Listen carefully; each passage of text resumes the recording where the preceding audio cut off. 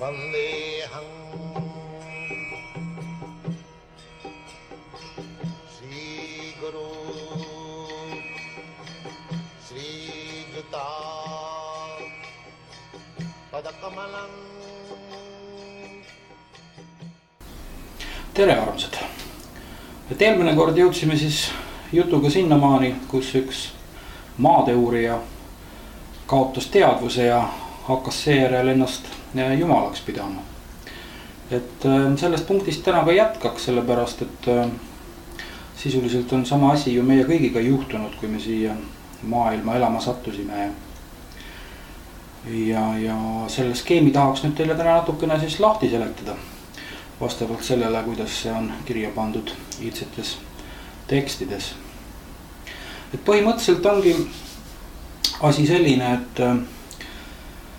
et kui elusolend elab nõnda nimetatud jumalariigis, mis on siis täiuslik paik, kus peavad täituma kõik soovid, sest muidu ta ei oleks täiuslik, siis üks soovidest võib olla see, et ta võib ju soovida ka elada ilma jumalata ja see soov peab ka täituma. Sest miski ei ole seal võimatu, Jumala jaoks on kõik võimalik. Ja mis siis juhtub on see, et ega Jumal ei kao kuhugi. Lihtsalt elusolendi nägemine muutub ja ta ei näe enam Jumalat. Või tegelikult ei ole asi ju seotud mitte silmade läbi nägemisega, vaid küsimus on teadvuses. Sest tegelikult see, kuidas me asju näeme, sõltub ju sellest, milline on meie teadvus. Väga tuntud näide, poolik veeklaas. Üks näeb selles, et pool klaasi on tühi, ja teine näeb selles, et pool klaasi on täis. Et vahe on ju teadvuses. Olukord on täpselt sama, aga pessimist näeb ühtemoodi, optimist näeb teistmoodi.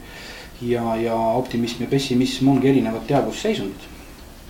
Ja teadvusseisundeid on loomulikult palju rohkem kui ainult need kaks. Elusolendi algne teadvusseisund on Jumala teadvus, jumalik teadvus. Sellest terminist võib esineda palju erinevaid versioone. Kindlasti paljud on kuulnud sellist mõistet nagu Kristus teadvus, eks ole, aga samuti ka Krishna teadvus. Ja nii edasi, et teadvusel on selles mängus suur roll. Niisiis elusolendi teadvus muutub. Ta ei näe enam asju sellistena, nagu nad on. Ja see ongi see mull, milles ta elab, see ongi materiaalne maailm. Ja see ongi see, kus me praegu teiega elame. Me elame enda isikliku teadvuse mullis.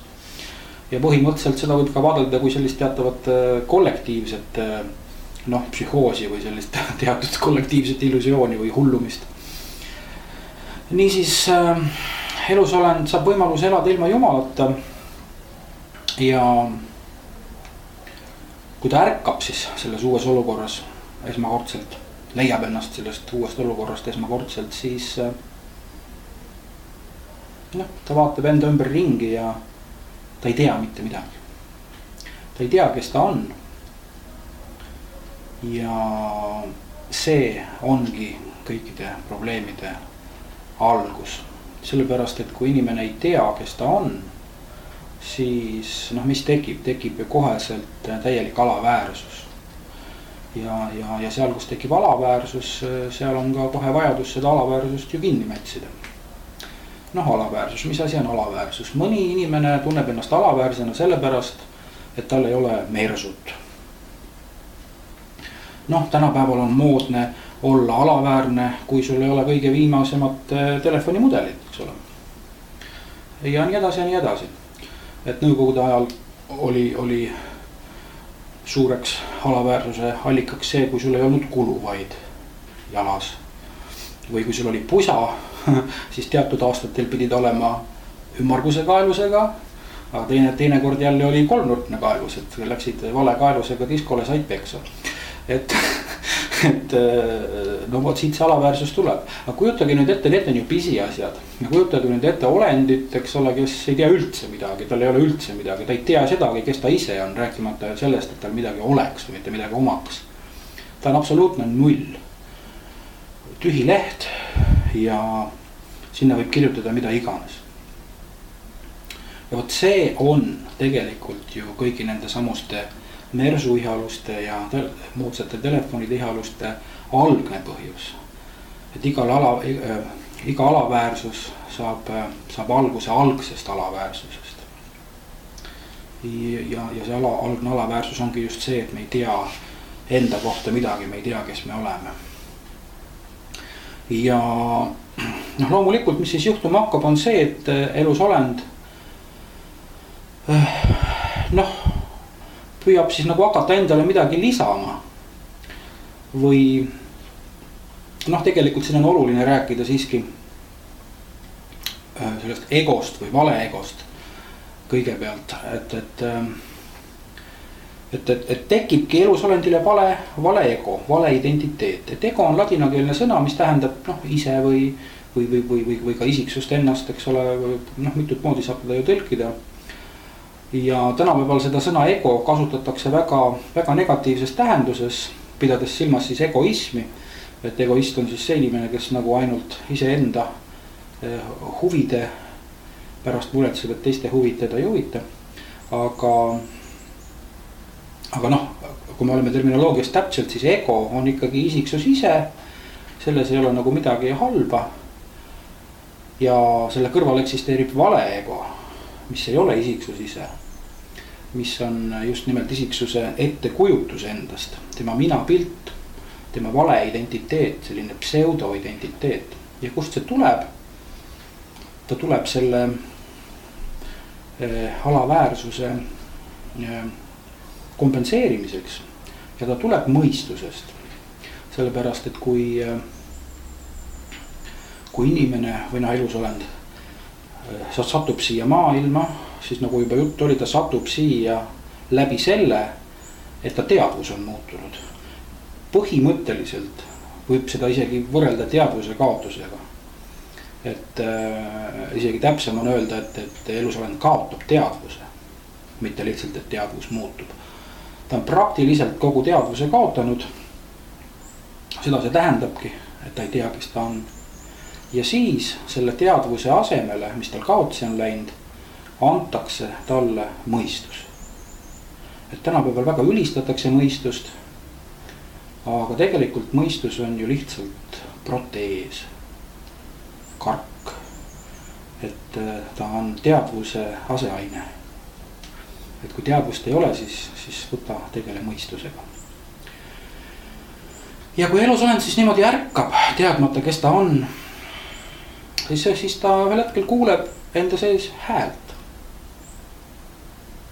Ja see hääl tema peas, ta hakkab seda pidama ise endaks. Näiteks nagu keegi nõndanimetatud tarkmees ütles, mõtlen, järelikult olen. Vale. Mõtlemisest ei järeldu olemine. Et see on pseudo mina, võlts mina, vale mina, keda mõistus hakkab meile etendama. Ehk siis vale ego sünnib mõistusest. Põhimõtteliselt ei ole ta mitte midagi muud kui üks ainus mõte. Vale ego on mõte, lihtsalt mõte. Et tal ei ole mingit suuremat reaalsust, ta on samasugune udu nagu iga mõte. Selline mentaalne substants. Ja esimene mõte, mida mõistus ütleb, ongi see, et mina olengi sina. Ja me kõik hakkame seda uskuma, taha, nii, et mõtlen, järelikult olen. Et mina mõtlen. Ja teine mõte, mida meie mõistus meile ütleb, kui me oleme hakanud juba ennast totaalselt mõistusega samastama, siis kohe järgmine asi, mis ta ütleb, et aga ma olen keha. Ja elusolend hakkabki ennast pidama kehaks. Kuigi tegelikult, kui me täpsemini tähelepanelikumalt järgi vaatame, siis me ju ei ole kehad. Et inimesel on keha, me omame keha, me oleme keha omanikud, keha valdajad, nii nagu autojuht ei pea ennast autoks, eks ole. Tal on auto, ta on auto omanik. Ja inimese kehaga on ju täpselt sama lugu, et kuidas me saame ennast kehaks pidada, kui kehast saab nii palju juppe maha lõigata, et sõja ajal, kas või praegu Ukrainas päris koledaid videoid levitatakse netis, et mõnel on seal käed läinud, mõnel on jalad läinud, mõnel pool peadki ja inimene jääb ikkagi elama ja ta identiteet ei kao kuhugi.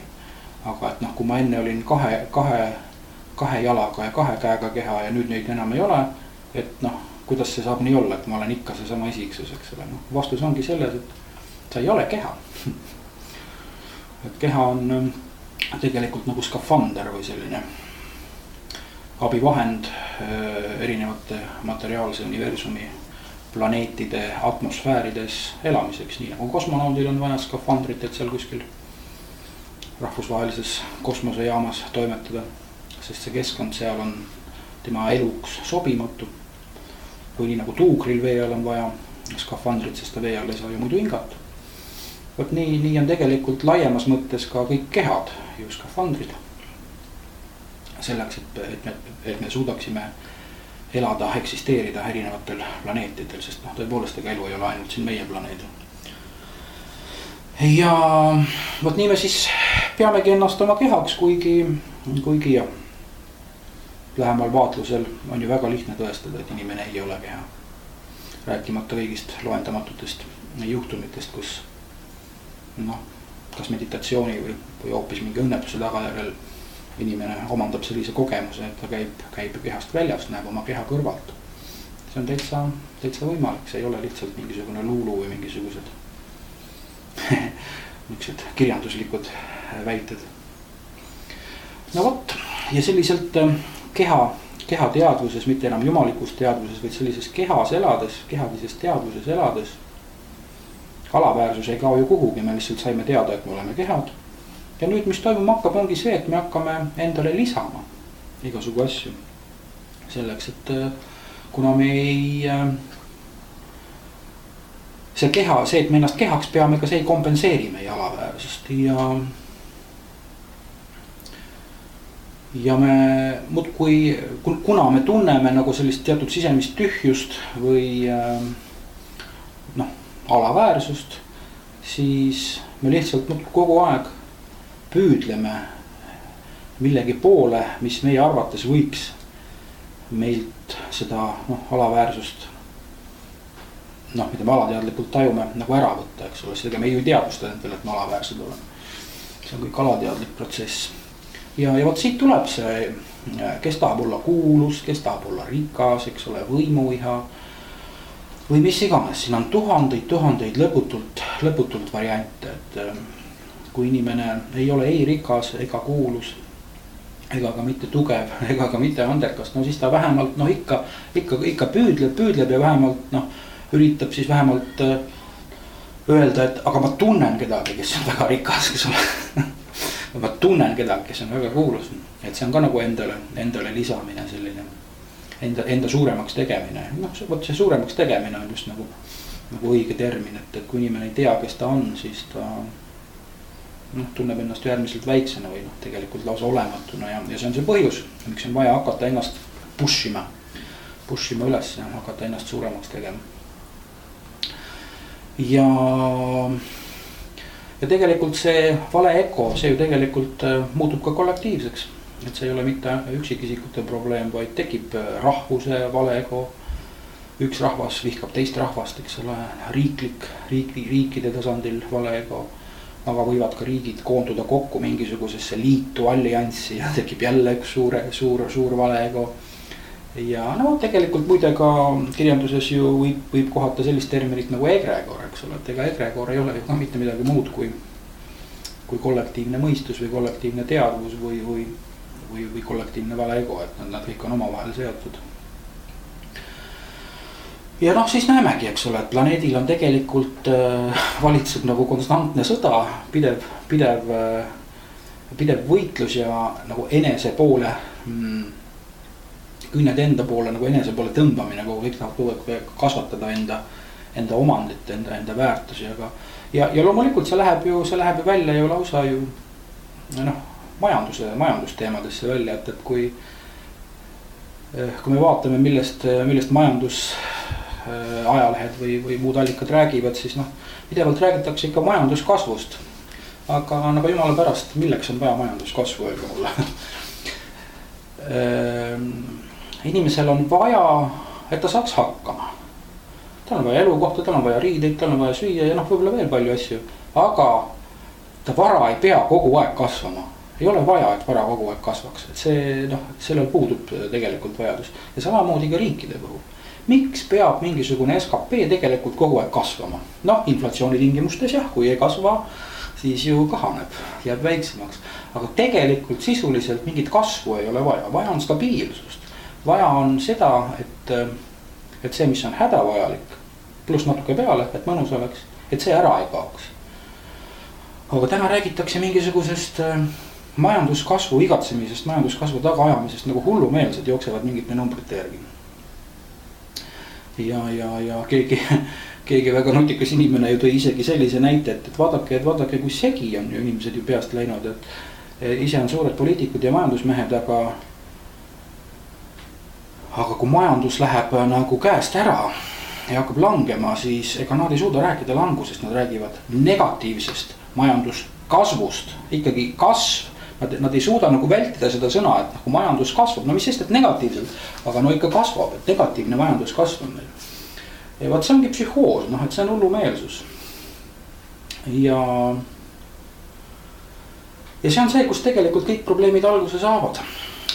See on see, milleni jumala teadvuse kaotamine viib, jumaliku teadvuse kaotamine, sest jumalik teadvus on ühisteadvus, üks olemise teadvus.